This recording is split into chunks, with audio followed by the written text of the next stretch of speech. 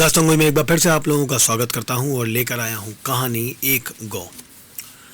पर गौ अपनी बथा किससे कहे, कह नहीं पाती, इसी से सही नहीं जाती। क्या वो हीरा सिंह की रुसवाई चाहती है?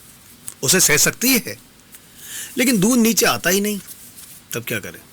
वो तो चढ़ चढ़ जाता है, सूख सूख जाता है। गौ बेचारी तो क्या करे। सो फिर शिकायत हो चली। आए दिन बखेड़े बखेड़े खड़े होने लगे।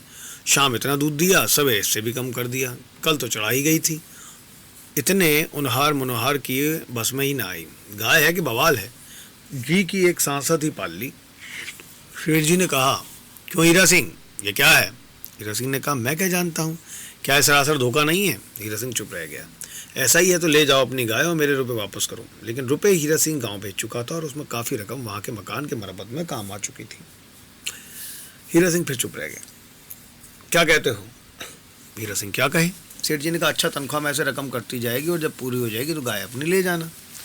हीरा सिंह ने सुन लिया और सुनकर वो अपनी ड्योढ़ी में आ गया। उस ड्योढ़ी के उधर हवेली है, इधर शहर बिछा है, जिसके पार खुला मैदान है और खुली हवा है। दोनों ओर दो टूक शून्य भाव से देखकर वो हुक्का गुड़गुड़ाने लगा।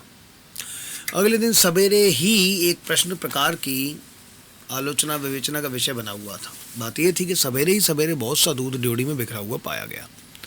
उससे पहले शाम सुंदरी गाय ने दूध देने से बिल्कुल इनकार कर दिया था। उसे बहलाया गया, फुसलाया गया, धमकाया और पीटा भी गया था। फिर वो राह पर ना आई थी। अभी इतना सारा दूध यहाँ कैसे बिखरा है? ये यहाँ आया तो कहाँ से आया? लोगों का अनुमान था कि कोई दूध लेकर ड्योढ़ी में आया था या ड्योढ़ी में जा रहा था, तभी उसके हाथ से बिखर गया है। अब वो दूध लेकर आने वाला आदमी कौन हो सकता है? लोगों का गुमान यह था कि हीरा सिंह वो व्यक्ति हो सकता है। हीरा सिंह चुपचाप था। वो लज्जित और सचमुच अभियुक्त मालूम होता था। हीरा सिंह के दोषी होने के अनुमान का कारण ये भी था कि हवेली के और नौकर उससे प्रसन्न न थे। वह नौकर के ढंग का नौकर ही नहीं था। नौकरी से आगे बढ़कर स्वामी भक्ति का भी उसे चाव था कि नौकरी के लिए असह्य दुर्गुण नहीं तो और क्या है। सेठ जी ने पूछा, हीरा सिंह, ये क्या बात है? हीरा सिंह चुप रह गया। इसका पता लगाओ हीरा सिंह, नहीं तो अच्छा ना होगा।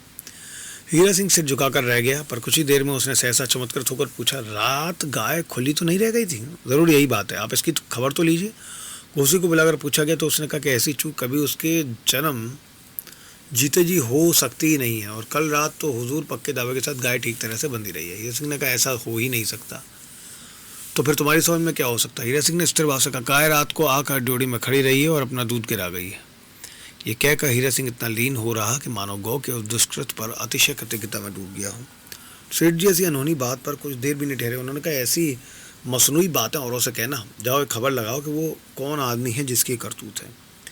हीरा सिंह ड्योढ़ी में चला गया। ड्योढ़ी इस हवेली और उस दुनिया के दरमियान है और उसके लिए घर बनी हुई है। और क्षणेक फिर शून्य में देखते रहकर सिर झुकाकर वो हुट्टा गुड़गुड़ाने लगा। रात को जब वो सो रहा तो उसे मालूम हुआ कि दरवाजे पर कुछ रगड़ की आवाज़ आई। उठकर दरवाज़ा खोला कि देखता है सुंदरिया खड़ी है। इस गौ के भीतर इन दिनों बहुत बिथा घुट कर रह गई थी। वो तकलीफ बाहर आना ही चाहती थी। हीरा सिंह ने देखा, मुंह ऊपर उठाकर उसकी सुंदरिया उसे अभियुक्ता की आंखों से देख रही है, मानो अत्यंत लज्जित बनी क्षमा याचना कर रही हो। कहती हो कि मैं अपराधिनी हूँ, लेकिन मुझे क्षमा कर देना, मैं बड़ी दुखिया हूँ। हीरा सिंह ने कहा, बहनी, ये तुमने क्या किया? कैसा आश्चर्य! देखता क्या है कि गौ मानव वाणी बोल रही है, मैं क्या करूं? हीरा सिंह ने कहा, बहन, तुम बेवफाई क्यों करती हो? सेठ को अपना दूध क्यों नहीं देती हो? बहनी, वो अब तुम्हारे मालिक हैं। कहते कहते हीरा सिंह की वाणी कांप गई, मानो कहीं भीतर इस मालिक होने की बात के सच होने में उससे खुद शंका हो। सुंदरी ने पूछा, मालिक? मालिक क्या होता है? तुम्हारी कीमत के रुपए सेठ ने मुझे दे दिए थे, ऐसे में वो तुम्हारे मालिक हुए। गौ ने कहा, ऐसे तुम्हारे यहाँ मालिक हुआ करते हैं। मैं इस बात को जानती नहीं हूँ, लेकिन तुम मुझे प्रेम करते हो, सो तुम मेरे क्या हो? हीरा सिंह ने धीर भाव से कहा, मैं तुम्हारा कुछ भी नहीं हूँ। गौ बोली, तुम मेरे कुछ भी नहीं हो, ये तुम कहते हो। तुम झूठ भी नहीं कहते होगे। तुम जो जानते हो वो मैं नहीं जानती। लेकिन मालिक की बात के साथ दूध देने की बात मुझसे तुम कैसी करते हो? मालिक हैं तो मैं उनके घर में उनके खूंटे से बंधी रहती तो हूँ। रात में भी चोरी करके आई हूँ तो भी उनकी ड्योढ़ी से बाहर नहीं हूँ। पर दूध जो मेरे उतरता ही नहीं, उसका क्या करूं? मेरे भीतर का दूध मेरे पूरी तरह बस में नहीं है। कल रात वो आप इतना सारा दूध यहाँ बिखर गया। मैं सोचकर नहीं आई थी। हाँ, मुझे लगता है कि बिखरेगा तो वो यूं ही बिखर जाएगा। तुम ड्योढ़ी में रहोगे तो शायद ड्योढ़ी में बिखर जाएगा। ड्योढ़ी पार चले जाओगे तो शायद भीतर ही भीतर सूख जाएगा। मैं जानती हूँ इससे तुम्हें दुख पहुँचता है, मुझे भी दुख पहुँचता है। शायद ये ठीक बात नहीं हो, मेरा यहाँ तक आ जाना भी ठीक बात नहीं है, लेकिन जितना मेरा बस है मैं कह चुकी हूँ। तुमने रुपए लिए हैं और सेठ मेरे मालिक हैं, तो उनके घर में उनके खूंटे से मैं रह लूँगी। रह तो मैं रही ही हूँ, पर उससे आगे मेरा वश कितना है तुम ही सोच लो। मैं गौ हूँ, रुपए के लेन देन से अधिकार का और प्रेम का लेन देन जिस भाव से तुम्हारी दुनिया में होता है उसे मैं नहीं जानती। फिर भी तुम्हारी दुनिया में तुम्हारे नियम मानती जाऊंगी, लेकिन तुम मुझे अपने हृदय का इतना स्नेह देते हो, तब तुम मेरे कुछ भी नहीं हो, और मैं अपने हृदय का दूध बिल्कुल तुम्हारे प्रति नहीं बहा सकती। ये बात मैं किस विधि मान लूँ? मुझसे नहीं मानी जाती, सच नहीं मानी जाती। फिर भी जो तुम कहोगे वो मैं सब कुछ मानूंगी। हीरा सिंह ने विषाद भरे स्वर में पूछा, तो मैं तुम्हारा क्या हूँ? गौने ने कहा, सो क्या मेरे कहने की बात है? फिर शब्द मैं विशेष नहीं जानती। दुख है वही मेरे पास है, उससे जो शब्द बन सकते हैं उन्हीं तक मेरी पहुँच है। आगे शब्दों में मेरी गति नहीं। जो भाव उनमें हैं उसके लिए संज्ञा मेरी जुटाए जुटती नहीं।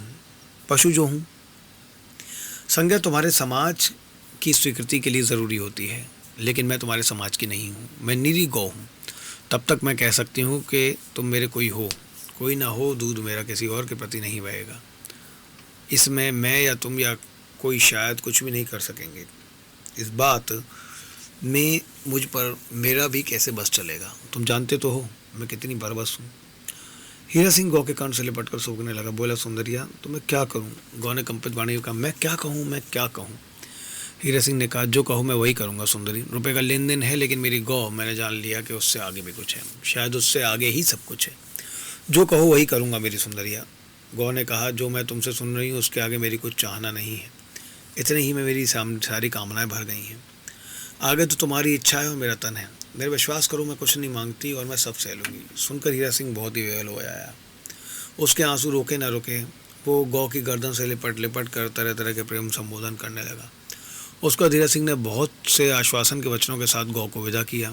अगले सवेरे उसने सेठ जी से कहा कि आप मुझे जितने महीने की चाहें कसकर चाकरी लीजिए, पर गौ आज ही यहाँ से हमारे गांव चली जाएगी। रुपए जब आपसे के चुकता हो जाए मुझसे कह दीजिएगा, तब मैं भी छुट्टी ले जाऊँगा। सेठ जी की पहले तो राज़ी होने की तबीयत ना हुई, फिर उन्होंने कहा, हाँ ले जाओ, पर पूरा 250 रुपये का तावान तुम्हें भरना पड़ेगा। हीरा सिंह तावान भरने को खुशी से राज़ी हुआ और गौ को उसी रोज़ ले गया।